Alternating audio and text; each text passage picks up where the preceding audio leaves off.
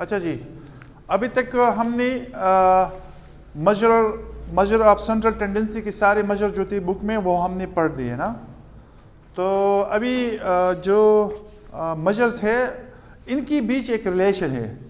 तो अभी मैं आपको बता देता हूँ कि हमारे पास जो अरिथमेटिक मीन होता है या मीडियन होता है या मॉड होता है, इनकी बीच क्या रिलेशन है, तो मैं आपको अभी डिस्कस कर देता हूँ। सही है? तो अगर आप वो चीज़ें समझ गए ना तो फिर आपको कैलकुलेशन की ज़रूरत नहीं होगी, फिर वो ट्रिक्स है ना उससे आप अंदाज़ा कर सकोगे। ये मैं आपको लिख देता हूँ, रिलेशनशिप बिटवीन या लिखूँगा among mean, median and mod. सही है? अच्छा, क्या रिलेशन है? सही है?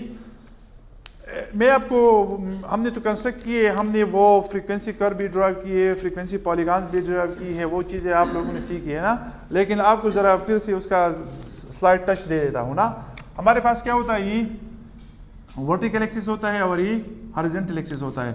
ये ओरिजिन होता है, ये एक्स एक्सिस होता है ना। सही है? और ये वाई एक्सिस होता है। अच्छा, इधर प्लीज जरा तवज्जो, इधर 0 है। सही है? तो हम अगर इस तरफ जाते हैं ना तो ये 1 होगा, ये 2 होगा। सही है? और इस तरह, तो अगर हम ओरिजिन से इस साइड पे आते हैं तो ये नंबर बढ़ता जाएगा। सही है? ये नंबर बढ़ता जाएगा। ये एक बात है। सही है? ये जहन में याद रखनी चाहिए।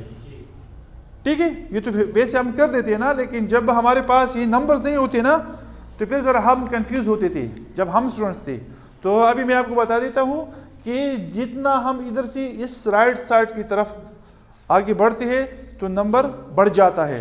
जो इंटीजर है या जो भी नंबर है, फ्रैक्शनल नंबर है चाहे, वो बढ़ जाता है, वो इंक्रीज होता है ना। सही है? तो अभी देखो प्लीज, अभी आपको मैं बताता हूँ। अगर हमारे पास, please try to understand the first relation between arithmetic mean, median and mode is that if we have a data set. सही है? हमारे पास डेटा इस तरह का हो ना कि अगर हम उसका फ्रीक्वेंसी कर्व बनाए, फ्रीक्वेंसी कर्व तो हमने सीखी है ना कि किस तरह बननी है।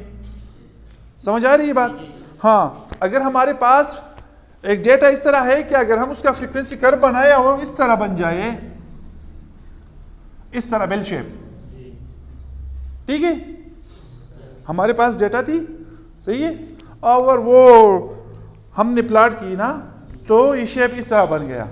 तो अगर इस तरह का डेटा हो तो फिर इस केस में क्या होगा, ये पीक नहीं, ये पीक के अगेंस्ट नीचे जो भी वैल्यू है, ये पीक है ना, इसके अगेंस्ट नीचे ये सपोज ये 5 है, लेट्स से ये मैंने 1 लिया, 2 लिया, डेस्ट 5। सही है? तो ये 5 जो है ना, इस डेटा सेट के लिए, इस डेटा सेट से अगर आप जो न्यूमेरिकल नंबर है और जो फ्रीक्वेंसीज है, अगर उससे आप अरिथमेटिक मीन फाइंड करते हैं तो वो भी 5 आ जाएगा, मीन 5 होगा। समझ आई बात? अगर ये शेप जिस डेटा सेट ने दिया है, इसके पीछे जो फ्रीक्वेंसी डिस्ट्रीब्यूशन है, अगर उससे आप मीडियन भी फाइंड करते हैं, मीडियन, वो भी 5 होगा। मीडियन वो भी 5 होगा।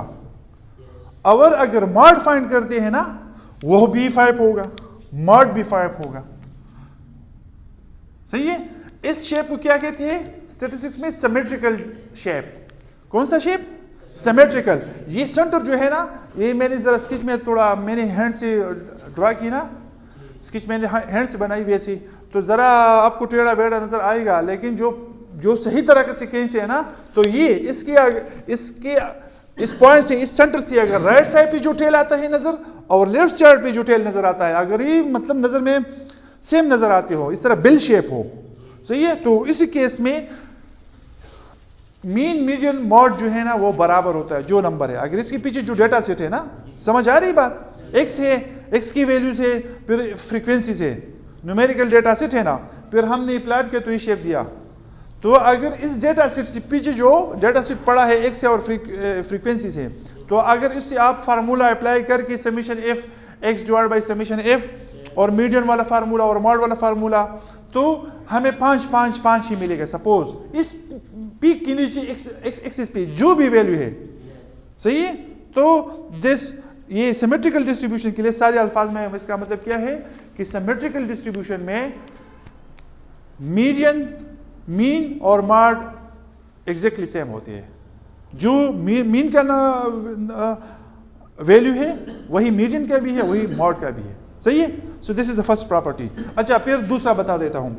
अगर हम कर्व ड्रा करते हैं प्लीज यही, और अगर हमारे पास उसका शेप इस तरह कोई आता है, ये राइट टेल लंबी हो, प्लीज अगर राइट टेल लंबी हो तो इसका मतलब ये कि ये जो पीक है ना, सबसे ऊंचाई है, इसके नीचे जो नंबर है, सपोज ये 3 है, so this will be the mod. Mod हमेशा पीक के नीचे आएगा। जिस तरह हमारे पास जिस तरह भी कर हो, इसमें जितना पीक हो ना, जो सबसे ज्यादा ऊंचाई हो, उसके नीचे एक्स पे जो पॉइंट है, जो नंबर है, दैट विल बी मॉड। सो इस केस में क्या आ जाएगा? मॉड आ जाएगा, मॉड। सही है, समझ आई बात? और इस केस में अगर राइट टेल लंबी है ना, तो मीन इधर आ जाएगा। राइट टेल, ये जितनी लंबी टेल होती है ना, मीन उस तरफ मूवमेंट करता है। सही है, तो मीन इधर आ जाएगा, मीन, ये याद रखो, मीन इधर कहीं आ जाएगा, इसी तरह इधर। सपोज ये है 7, तो ये हो जाएगा मीन। समझ आई बात? हाँ। और मीडियन के लिए हमेशा एक बात याद रखो, मीडियन के लिए हमेशा एक बात याद रखो। कौन सी बात? कि मीडियन हमेशा इन दोनों के बीच आ जाएगा, इन दोनों के सेंटर में आ जाएगा, ना इस साइड पे आ जाएगा ना इस साइड पे आएगा, हमेशा सेंटर में आएगा। सही है, तो चलो मैं इसको कर देता हूं, तो इन दोनों का बीच कहीं इधर आ जाएगा। इसका एक और भी एक है प्रॉपर्टी, मैं आपको वो भी बताऊंगा। सपोज ये है 6 है, तो दिस विल बी मीडियन। समझ आई बात? इस डिस्ट्रीब्यूशन का हम क्या कहते हैं? Positively skewed. ये हमने पढ़ा भी था, positively skewed. Positively skewed case में ये केस है, ये रिजल्ट है, और ये सिमेट्रिकल है। ये हमने पढ़ी भी थी। ये सिमेट्रिकल डिस्ट्रीब्यूशन है, ये पॉजिटिवली स्क्यूड डिस्ट्रीब्यूशन है, ये सिमेट्रिकल डिस्ट्रीब्यूशन है। सही है, और ये पॉजिटिवली स्क्यूड डिस्ट्रीब्यूशन है। समझ आई बात? और आखिरी में बता देता हूं, फिर वाइंड अप करते हैं। अगर हमारे पास डिस्ट्रीब्यूशन यू हो, जिसकी जो लेफ्ट वाली टेल है ये लंबी हो और राइट वाली जरा इस तरह हो, सही है? Please try to understand. तो पीक जो पीक है ना, वो तो मैंने आपको बता दिया ना, तो पीक के नीचे तो मॉड आता है, तो ये हो गया मॉड। सही है, चलो ये मॉड है, तो ये 6 हो गया। सही है, और मैंने आपको बताया था कि जो लंबी जितनी लंबी टेल होती है ना, तो मीन उस तरफ जाता है। तो अभी मीन इस तरफ आएगा, क्योंकि लंबी टेल ये है, तो ये मीन हो गया। ये सपोज यू 2 है, सो दिस इज मीन। समझ आई बात? और आपको मैंने ये भी बता दिया था कि median is always between mean and mod. तो इधर ये मीडियन आ जाएगा, तो ये मीडियन है। ये चलो 3 है, तो दिस इज मीडियन। और ये नेगेटिव स्क्यूड डिस्ट्रीब्यूशन है, ये नेगेटिवली स्क्यूड है, नेगेटिवली स्क्यूड डिस्ट्रीब्यूशन, ये नेगेटिवली स्क्यूड डिस्ट्रीब्यूशन है। सही है, इसको ये इसके राइट टेल लंबी है ना, तो इसको हम राइट स्क्यूड भी कहते हैं। कौन सा? Right skewed. सही है, और इसकी लेफ्ट टेल लंबी है ना, तो इसको हम लेफ्ट स्क्यूड भी कहते हैं। सही है, तो ये है, ये दिस फाइनल स्टेटमेंट इज कि सिमेट्रिकल अगर डिस्ट्रीब्यूशन हो, so mean is equal to median is equal to mode. सही है। अब इधर देखो, मैंने आपको बता दिया था ना कि उस तरफ नंबर्स बढ़ते हैं, तो इसका क्या मतलब है कि इस केस में mod a smaller than median a smaller than mean. Right skewed में सबसे बड़ा कौन सा मेजर होता है? मीन होता है। सबसे छोटा कौन होता है? मॉड होता है। सही है, और इधर लेफ्ट स्क्यूड में सबसे बड़ा कौन सा, सबसे छोटा कौन सा होता है? मीन होता है। Mean is this then median and median is this and mod. These are the empirical relations.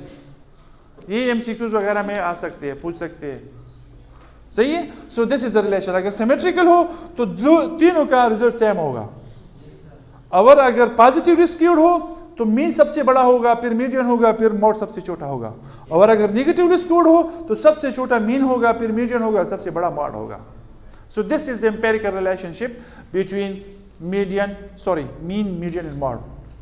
ठीक है, समझ आएगी बात? तो यही करनी थी। इसके बाद इंशाल्लाह नेक्स्ट लेक्चर में फिर हम क्या करेंगे, हम ज्योमेट्रिक मीन, हार्मोनिक मीन और अरिथमेटिक मीन का जो इंटर रिलेशनशिप है वो डिस्कस करेंगे। सही है? Okay, thank you so much.